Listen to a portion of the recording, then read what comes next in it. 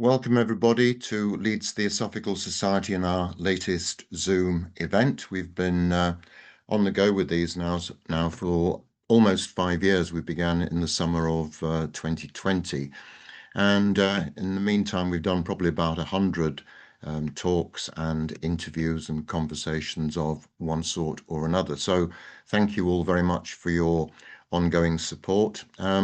But this afternoon, we're delighted to welcome Penny Hayward, who lives up in the beautiful County Durham, originally from the Antipodes. And she's a really interesting person with a whole raft of different interests and talents. She's a medium. She describes herself as an alchemist. But most importantly of all, I think, she provides very practical solutions to those problems and issues, spiritual and otherwise, that we all encounter in life. So what I propose is for Penny to spend a few minutes just explaining what she does and her background, and then I'll dive in with a few questions. So Penny, it's over to you and welcome. Well, thank you very much, Tim, for the invite to join you all and the lovely introduction. It's always funny talking about yourself because you sort of don't really know where to start and what people might find interesting. I suppose a lot of people ask why I left Australia, so I'd be nigh on a millionaire for the times I've been asked, why on earth would I leave Australia to come to England? But England is very much my home. I am a British citizen, and I came to England because a voice told me to. So that is a rather sort of interesting beginning. And at that time in my life, I was very uncertain about who I was, why I was here, what was life about. And I was searching, but I didn't know what I was searching for.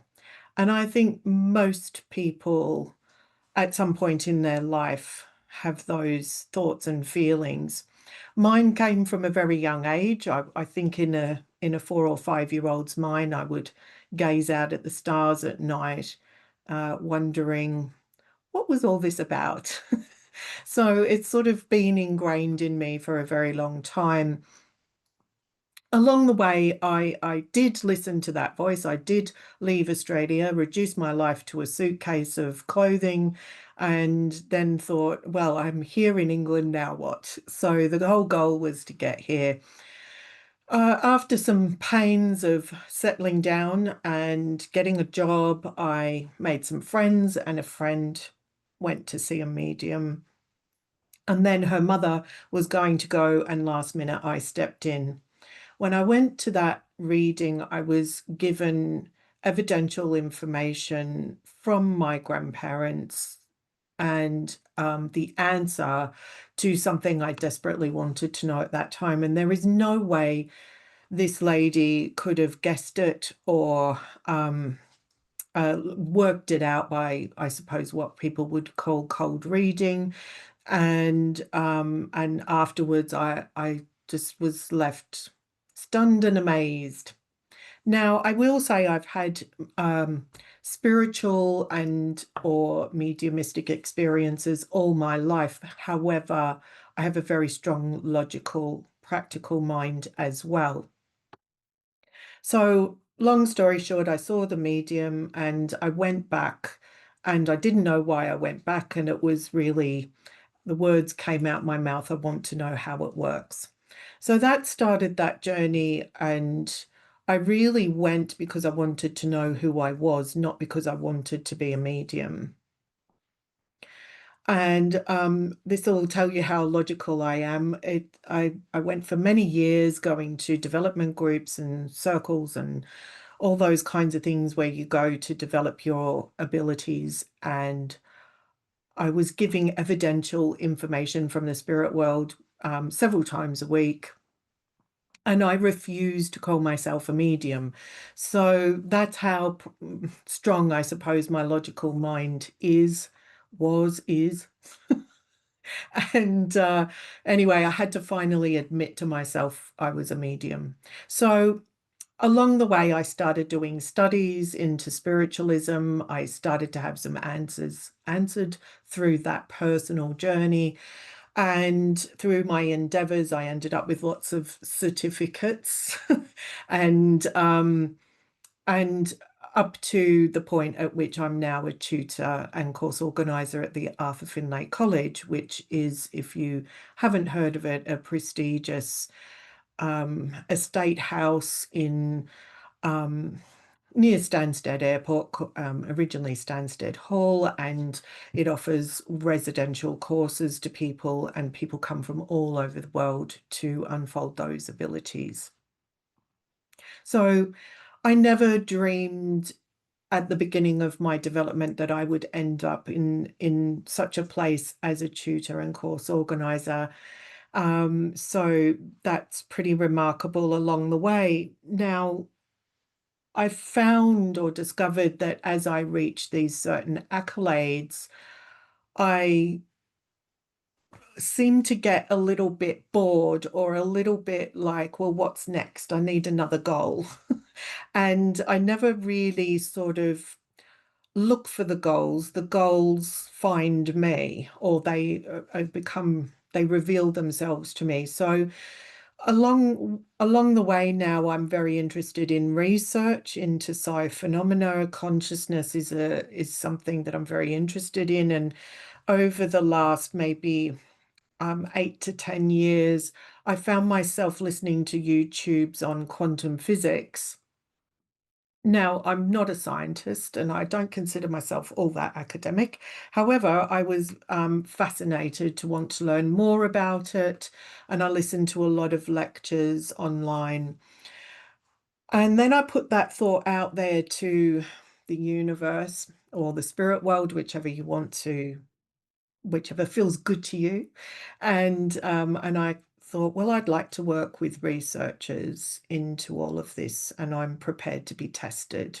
The next thing I found was um, very academic people were coming to me for readings, and I could understand them and their mind, and I could understand their interest coming from a sort of scientific side of things into the spiritual, and I consider myself spiritual looking into the scientific, so it's a nice natural bridge. And I did a reading for somebody that I couldn't see them. They had their Zoom camera off, and towards the end I said, oh, you're interested in consciousness and quantum physics, and I flippantly said that I'm quite sure mediums are the key to that. And he put me on to a Dutch physicist. So and his book. I read the book. It was hard going, but I did it. And I ended up to get the book. I contacted the Dutch physicist Paul van Leeuwen is how I pronounce it, but it's probably not pronounced that way at all. And he was very kind, and for some unknown reason, because I refused to do Amazon, he was getting his books printed through Amazon, but was starting to print them through a different printer. And he said, oh, I've thought about it, and I'd like to send you 6 copies of my book. You can have one and just hand my book out to several other people in your community. And the only condition is they write back to me, if possible. So I did that. So I was amazed. He ended up coming to the college as a guest speaker, and I also had a engineer from the Monroe Institute to talk about consciousness. So it was quite cutting edge for the Arthur Findlay College, because it's mostly just focused on mediumship. So I've started to go down this research side of things and looking into consciousness and mediumship. And I currently have a pilot project going with the weirdoscope and the weird technologies. So we're yet to finish collating all that data, but I've almost got enough. And Right.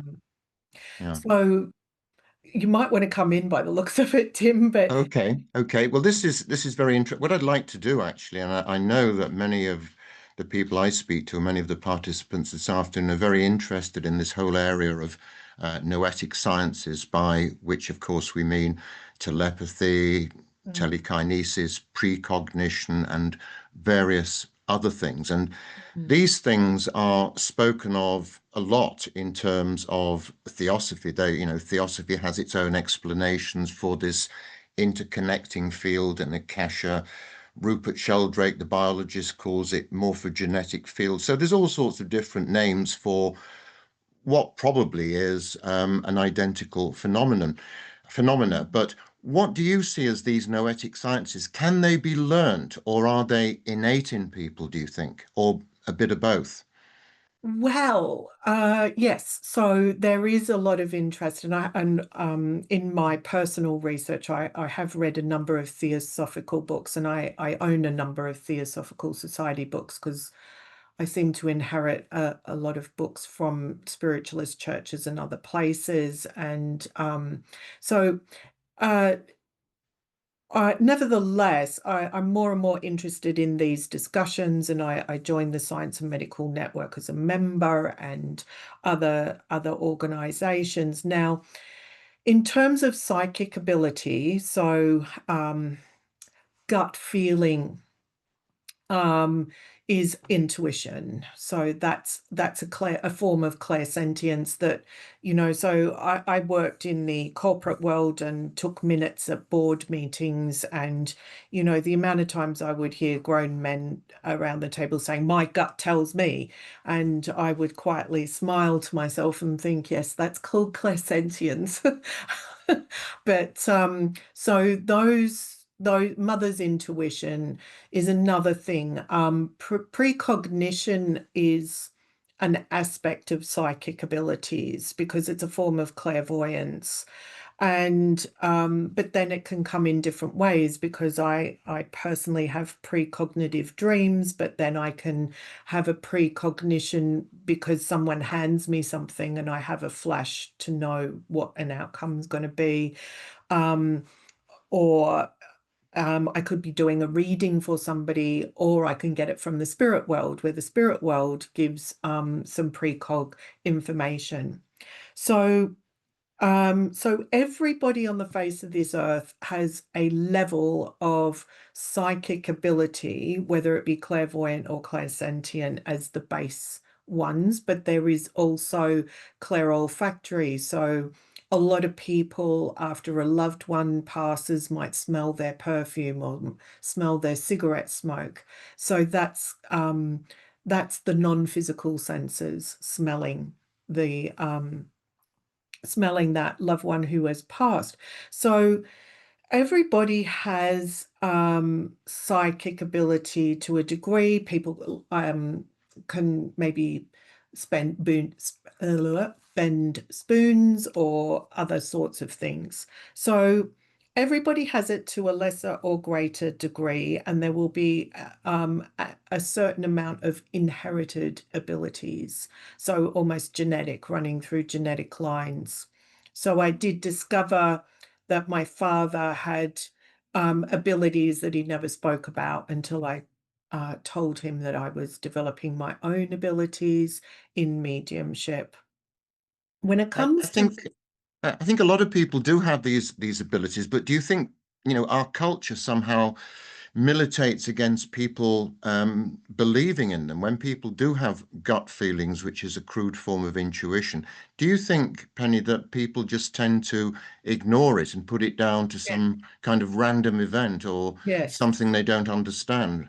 yeah, absolutely. So that's what happened to me. I would just, my logical mind would find a reason to justify what had happened. Oh, it's the light, or it's um it's a trick of the mind or something like that. So yes, I would say absolutely that it depends on the way your mind works as well. You see, it's all very It depends on you and your natural abilities and your natural, the way your mind works and so on and so forth. So if somebody's naturally very creative, they tend to be more intuitive because they're more in touch with that creative mind. And so it comes easier to them. For the academics, it doesn't come as easy to them because they use their physical senses. Well, unless I see it, hear it, or touch it, it doesn't exist. And so it sort of gets suppressed. Now, um, so this is something that I learned through my own personal experience, that I was sort of, that logical mind was dismissing the non-physical mind.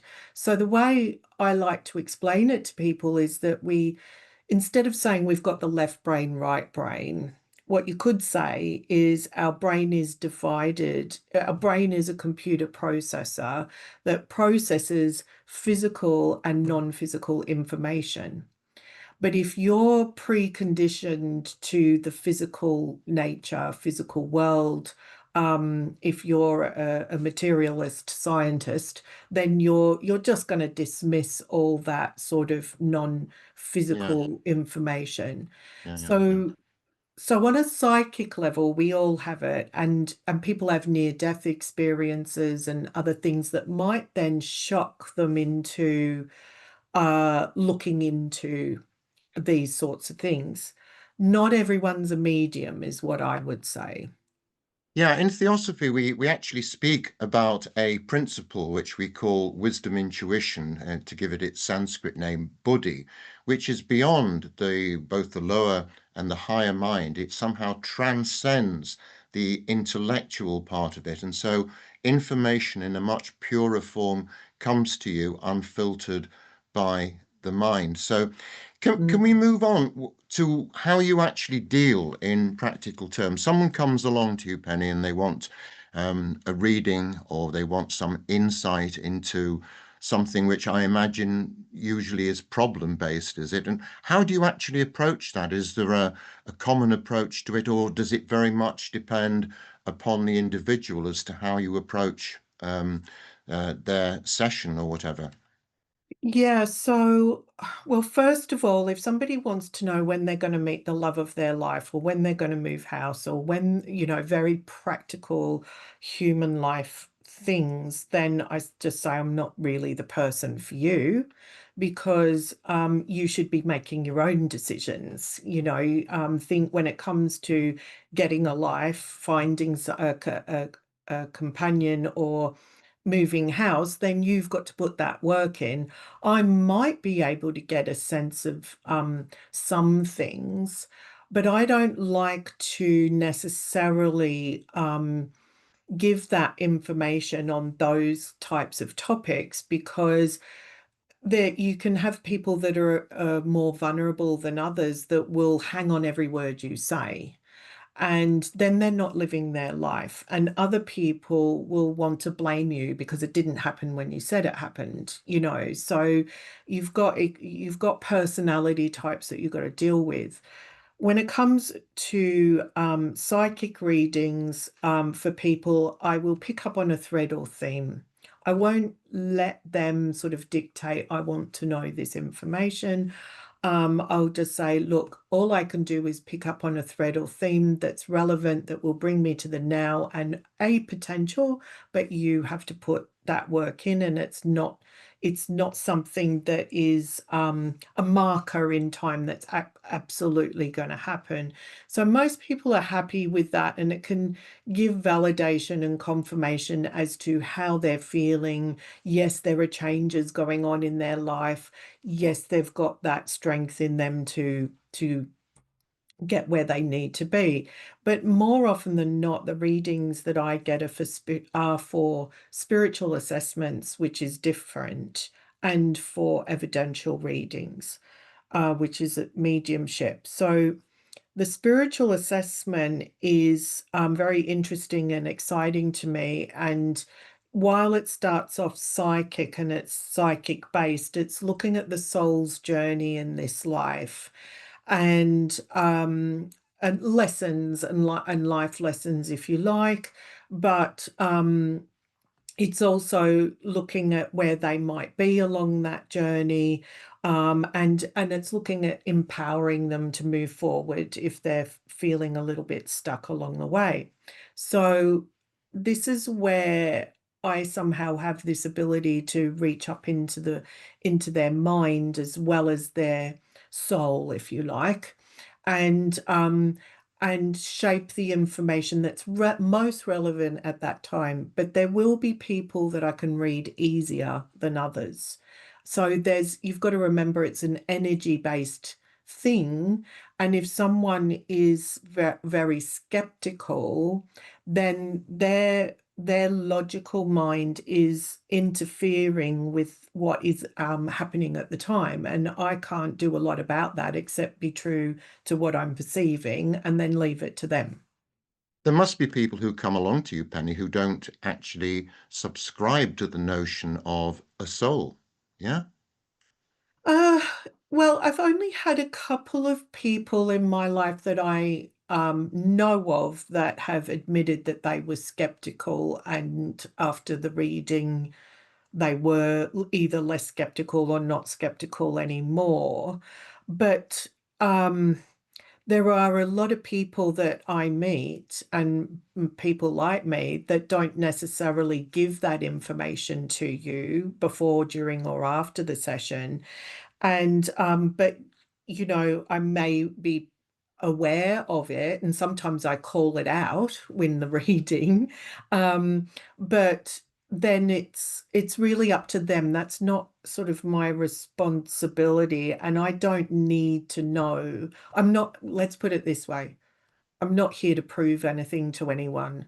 I offer a service, I deliver the service, and it's up to you what you do with that information. Yeah. Do you have to ever conceal information for whatever reason from people? Can you be totally honest with the stuff that comes through, or do you have to filter it in some way?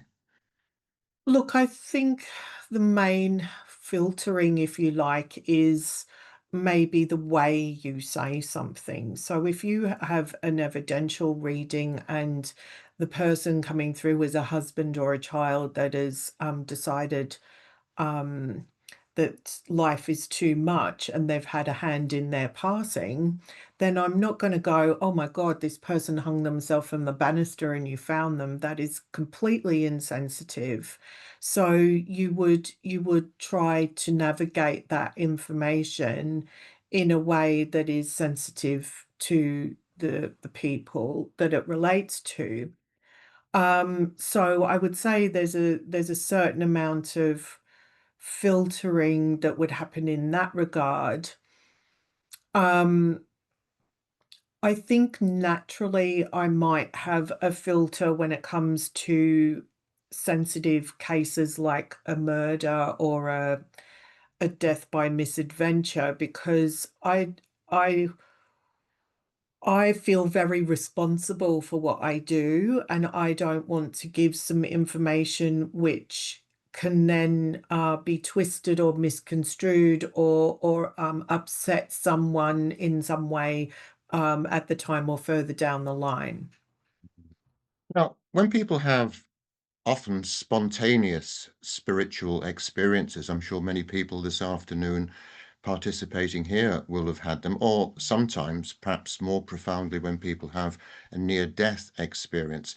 Many of the people who undergo this are profoundly changed by their experiences, and it Mm. does seem to have a transformative effect on people. Uh, your work is to transform people. Can you outline some of the kind of practical benefits you get when you're able to impart these insights to people? How does it improve their lives in a real sense? I think the best example I can give you would be either in a spiritual, some spiritual assessments, but more often than not in teaching situations, especially when it's a week-long residential thing like at the Arthur Finlay College or somewhere else, because you can see them enter as they are at that point in their life. And then through the different exercises, through the teaching, the training, etc., you can see epiphanies happening, and you can see them registering within themselves, healing that needs that there's something from the past that wants healing, or there's just, and it can come in just a few short words sometimes, where you sort of get right to the core of something, and it just touches that spot within them that helps them register, acknowledge, and then move on from. So in that, you see people, the way I describe it is, it's like they leave shinier in their energy. It's like as if, a weight comes off their shoulders. It's as though there is a acknowledgement and recognition that they don't need to carry certain emotional baggage anymore.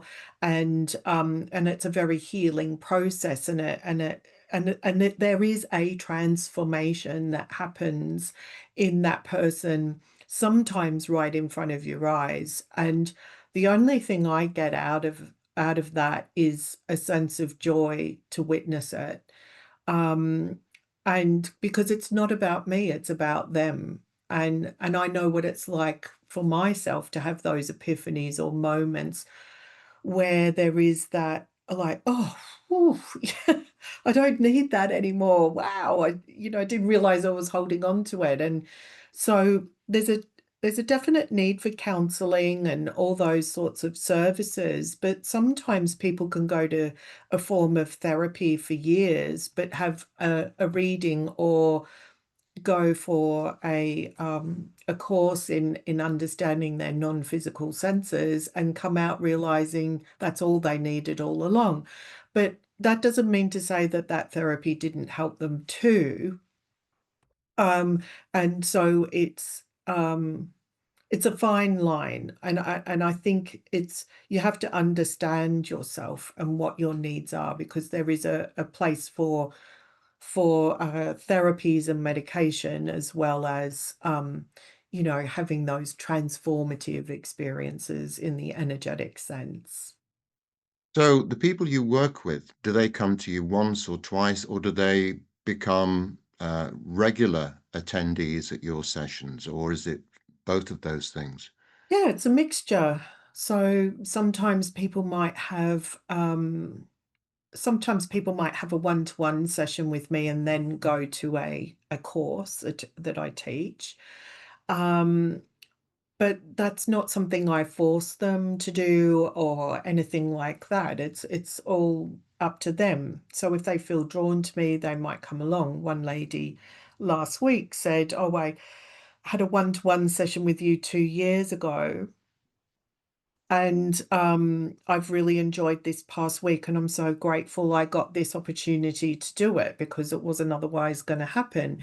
So I couldn't remember her, and that's not being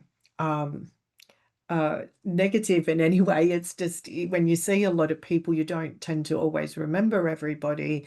Um, and she told me it really changed her for the better. So I can only go by that verbal feedback from people. But other people might have a reading and that's it. Some people might have a reading once every few years. Um, so it's just a mixture. I try not to let anybody get sort of hooked or attached in any way, because I think that's unhealthy, and I think it's important, if I feel that perhaps they're a little bit too attached, I'll say, look, give it a break, go to somebody else, try something else, that kind of thing. Because, you know, it's almost like an addiction then, isn't it? Yeah. Well, this is the problem, isn't it, with a lot of psychotherapeutic practices. They become a crutch for people sometimes, just the way that many other things, from sport to drugs to alcohol to you name it, can become a crutch. But I guess your aim here is much the same as other people have been. I mean, Jung talked about it in terms of individuation, becoming whole, and people talk about the same thing in many, many different ways. But that's what it's all about, isn't it? It's about releasing the inner individual in some way, yeah? Yeah, I think we're all one, but we're an individual spark of the one. And part of this life, I feel, is about understanding that while we have this individual perception of life, there's also this individual journey that we're on. But that journey is back to understanding we're part of one. So, and that there is this whole other dimension, this unseen, non-physical dimension to us through consciousness and our auric field, and uh, to those who have relabeled it the biofield. So therefore, there's this the soul, the spirit, the consciousness is all the non-physical aspects of who we are.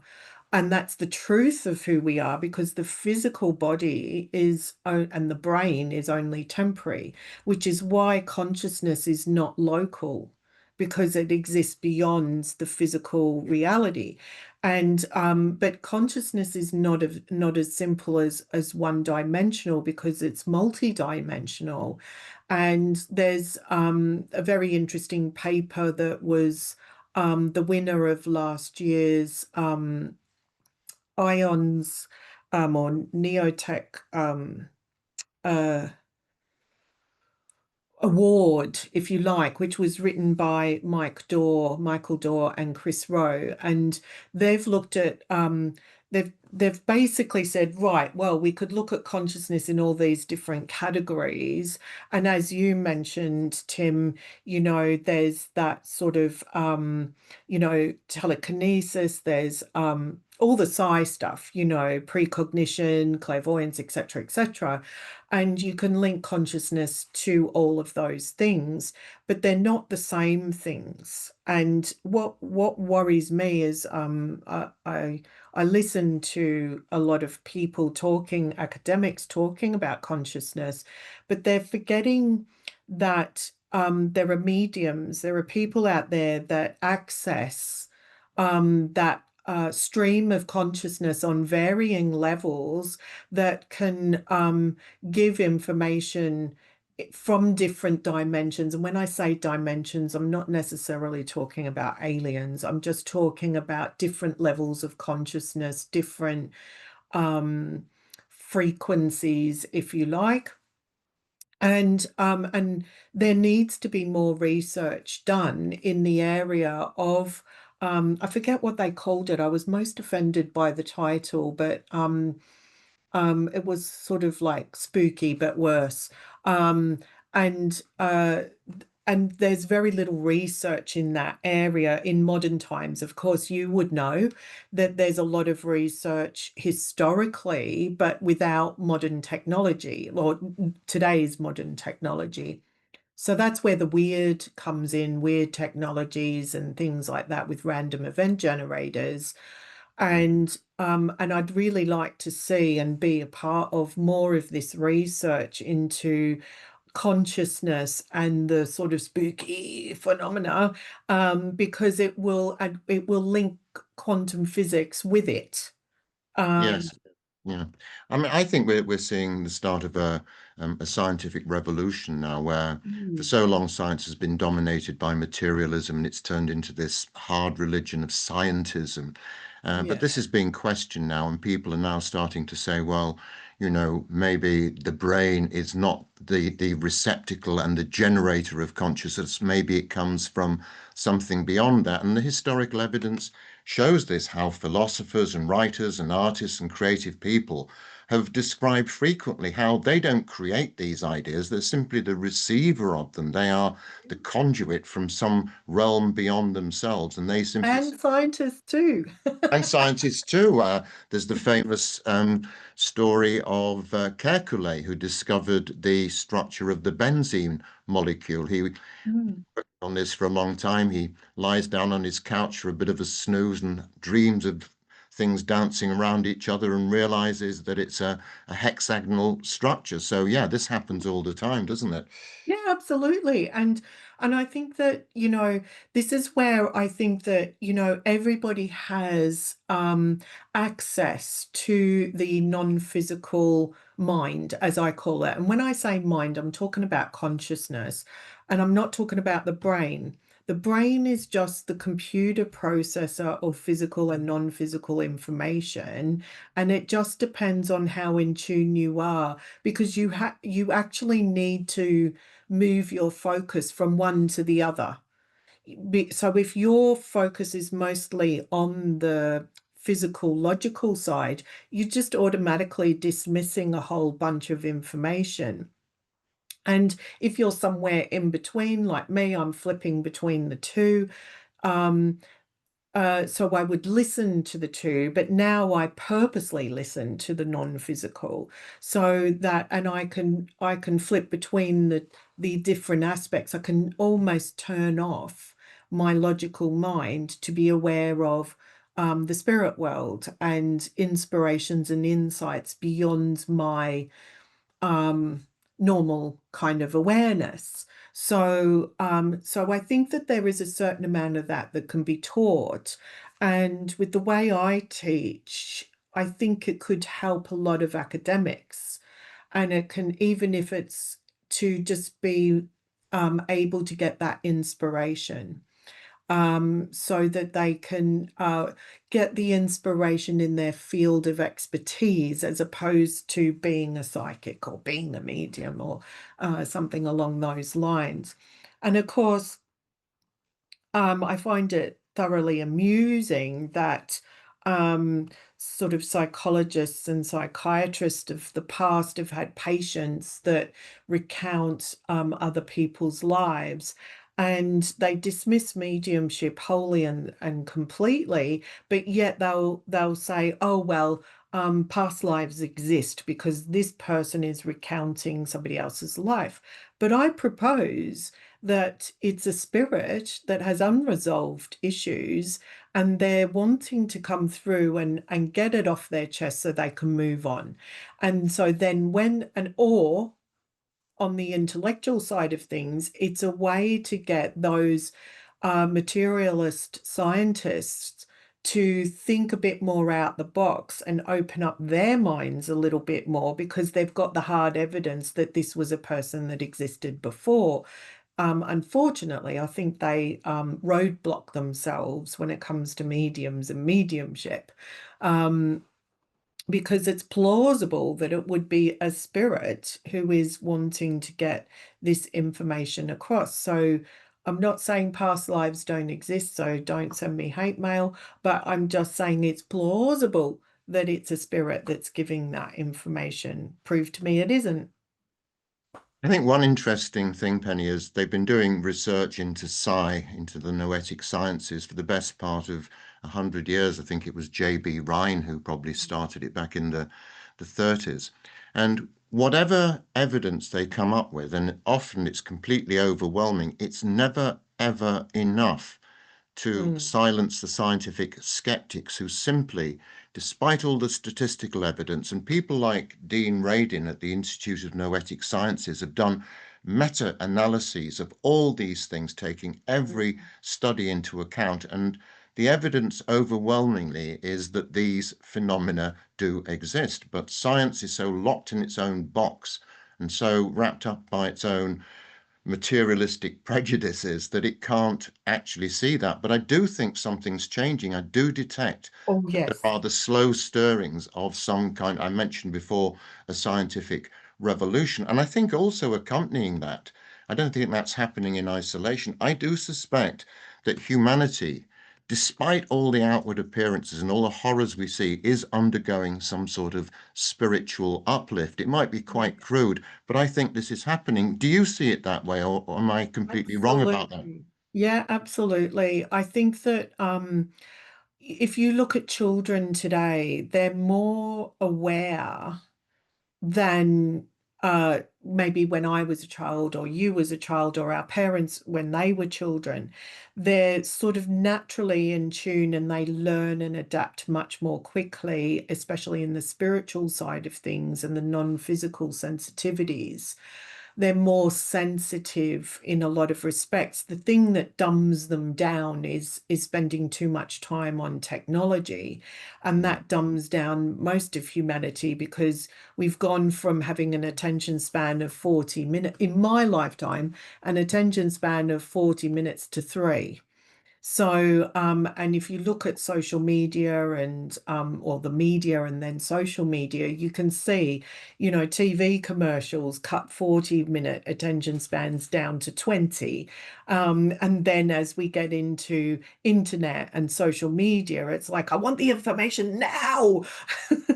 So if you look at that, then you can sort of see how people are more informed at a younger age, and it just depends on what gets nurtured in them. So I definitely feel like there's a swell of change, and that, yeah, sure, you've got people that are of the sort of logical mind, but they've got sensitivity.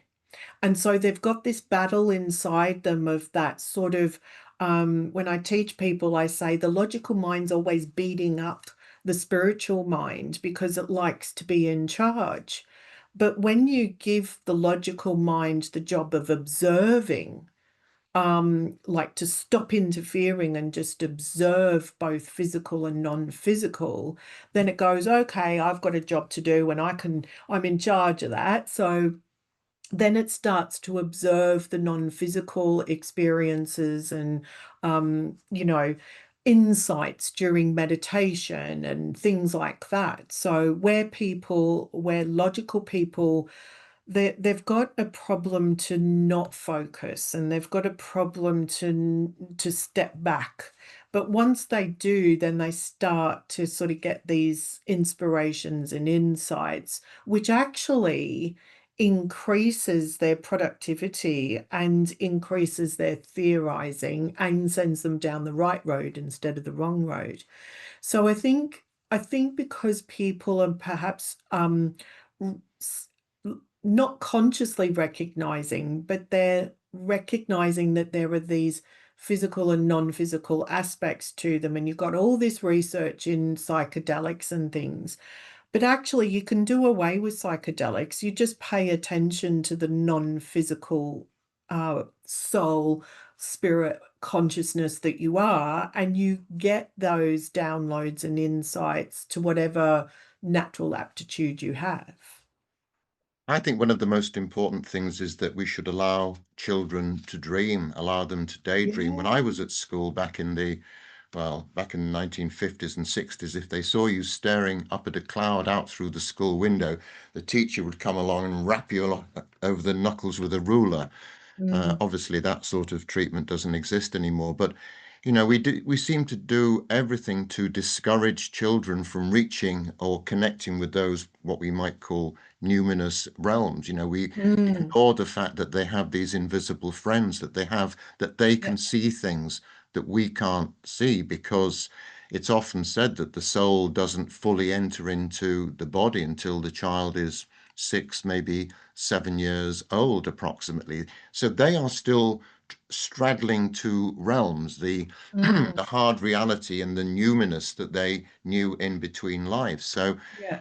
children actually have far more access to these things in some ways than we do, because we've been conditioned to unlearn these things, haven't we? Oh yeah, absolutely. And I think um this is where perhaps there's less uh be quiet, listen to me, dismiss that. There's a little bit more encouragement. I think parents of today are sort of encouraging their children, if they've got an imaginary friend, oh really, did they do it, did they, rather than, don't be silly, there is no imaginary friend, stop blaming other people.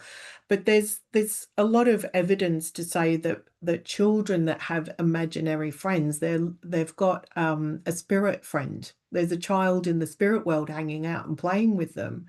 So so if they're not being told now that they're not being told they're ridiculous, they just accept it. And therefore, there is this sort of, they might grow out of it, of course, but they're not traumatized by it, which, if you were rapped over the knuckles at school, then you would have been traumatized by that, and therefore sort of built up a fear of daydreaming type of thing.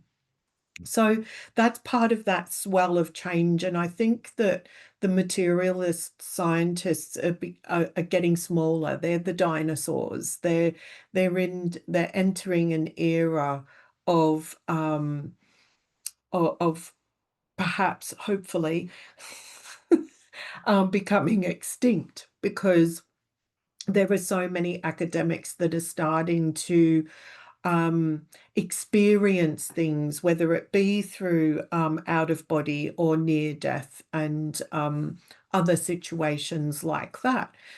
So you've got this change that's happening, and it's a real delight to me to come across so many um, uh, academics and scientists that are open to these sorts of things and are looking at how can we um, get that evidence for the materialist scientists to absorb. Well, I'm not, like I said earlier, I'm not here to prove anything to anyone, but I am interested in how we can get other evidences that helps other people. And at the end of the day, if somebody's going to say the sky is black and you're all wrong, then, good luck to them. I know otherwise. Well, Penny, thank you very much indeed. At the risk of straining people's attention span, we'll, I think, wrap it up there. Of course, if you project what you were saying, it's gone down from 40 minutes to 4 minutes. Project that forward a few years, and we'll have an attention span less than that of goldfish. So that's something to look forward to. Thank you again, Penny, for taking the time to join us this afternoon. I found it personally very, very interesting indeed, all this, and I hope that you'll agree to join us at a future occasion. And very good luck with all your various research measures, because I agree with you. I think all this is very necessary at the moment. Thanks again, Penny. Thanks again Thank to you. all of you, and may I wish you a very pleasant week ahead. Bye-bye.